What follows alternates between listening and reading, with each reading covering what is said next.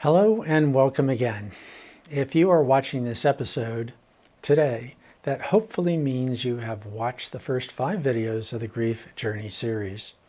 If not, we strongly encourage you to go back and watch them all, in order, starting with the introduction video.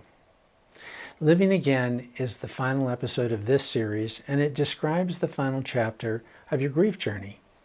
But before we jump into a description of the final phase of grieving, it's important to keep the following information in context. Our intention here is to share that successful grieving can best be described as a journey. And after working with so many grieving people and finding the best ways to help them heal, we now refer to these 5 phases of a grief journey.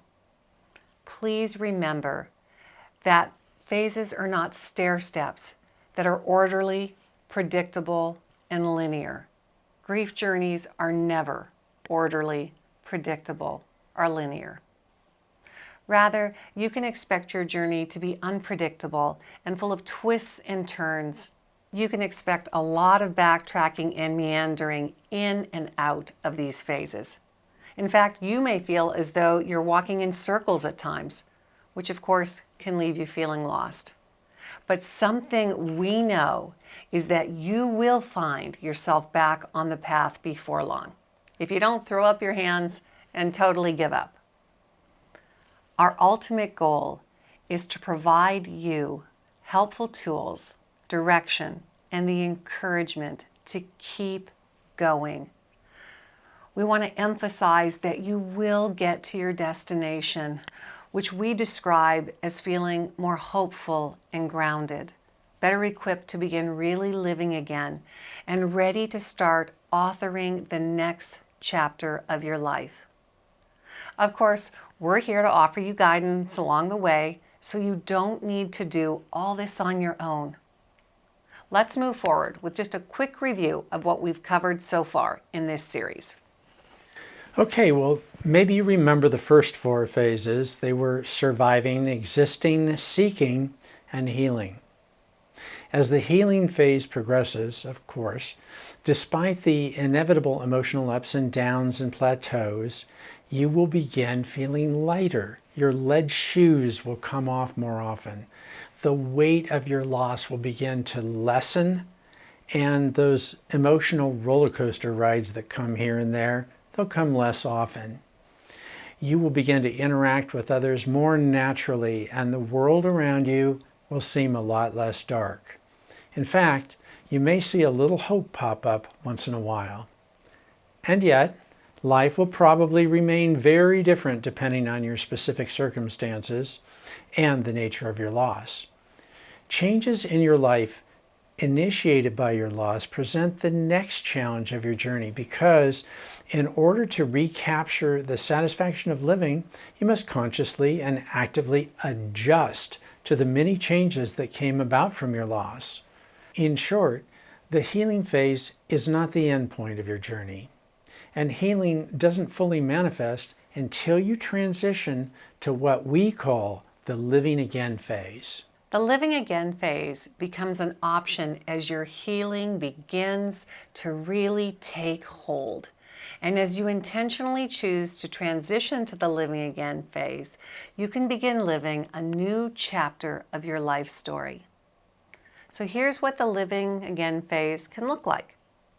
Living again means taking hold of the reins of your life once again. It means taking inventory of your passions, your gifting, your interests, your responsibilities, your assets, and your circumstances. And then exercising your right and responsibility to choose where you're going to focus your energy. You will decide how to navigate life circumstances as they come. This is a time to rediscover who you are, who you want to be, and how to create a good life for you in the aftermath of your loss. Your initial healing represents the ending of a very important life chapter. And as you heal, you must choose how you will proceed with your life. Now, we don't mean to say that you should press a reset button and create a whole new life. A reset would be trying to erase your past and start over. That isn't realistic, and it wouldn't be healthy. Even if your life wasn't very good before, it's still part of your life. Your life story simply continues. And we hope that your response to your personal healing journey will ultimately bring up a renewed spark of life in you. And using that spark, you will choose to truly live again while still remembering your loved one. That's right. We both know from personal and professional experience that there are two main roads that lead from the experience of a devastating loss. The first road is a life forever diminished by loss. The other road opens a blank page and a new chapter of your life, a story that is yet to be written. Living again means existing in the present, informed by your past and being encouraged by your hope for a future. Please remember, every day of your life history remains in and with you. All the prior chapters still remain in place. Your loved one remains a huge part of your life story.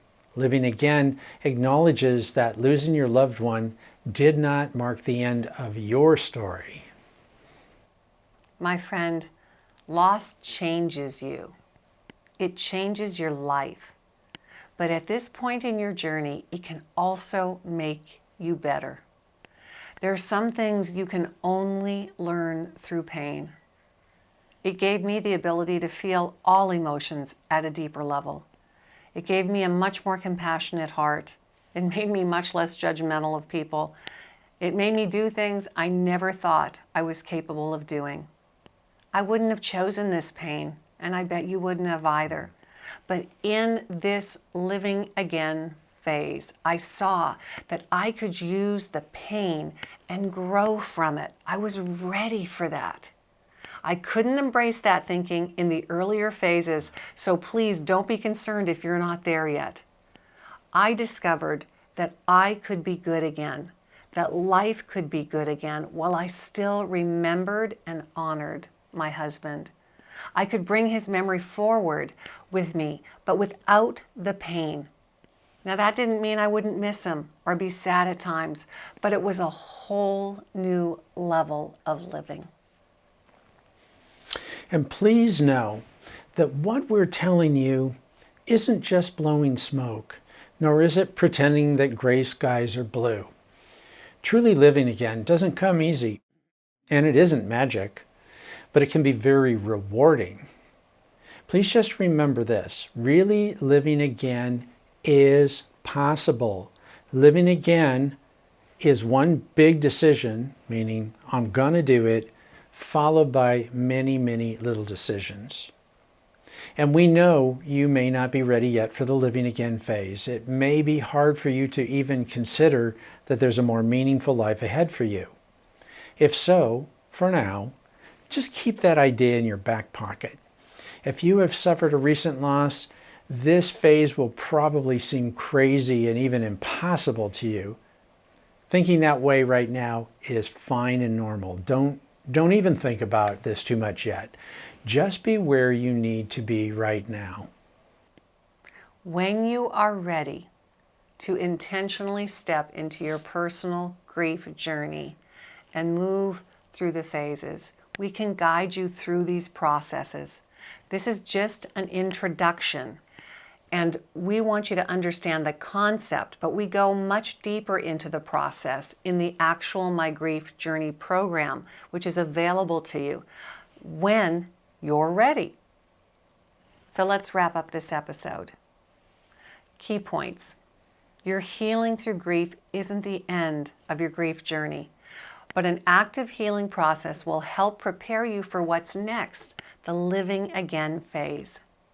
Your life story is never erased, nor do you reset your life. Rather, you begin writing the next chapter of your story. Living again is about living after your loss with a new sense of purpose, recognition of newly gained strength, and a greater level of emotional and mental health, while still remembering your loved one. We always say this: it's never about forgetting them. And we will be there to walk alongside you, virtually of course, through all the phases of your grief journey in the My Grief Journey program. So I'd like to leave you with this stepping stone. Please find a reasonably quiet place where you can sit and ponder these questions. What scares me the most about healing from my loss and then really living again? And the second question is, if a miracle happened last night as you slept and you were fully healed through your grief journey, what might you find yourself doing differently today? Write about it as though you were really living again and how that looks different than how you are living now. And the short reflection for you to consider on this topic is, really living again is the best way to honor the person you lost.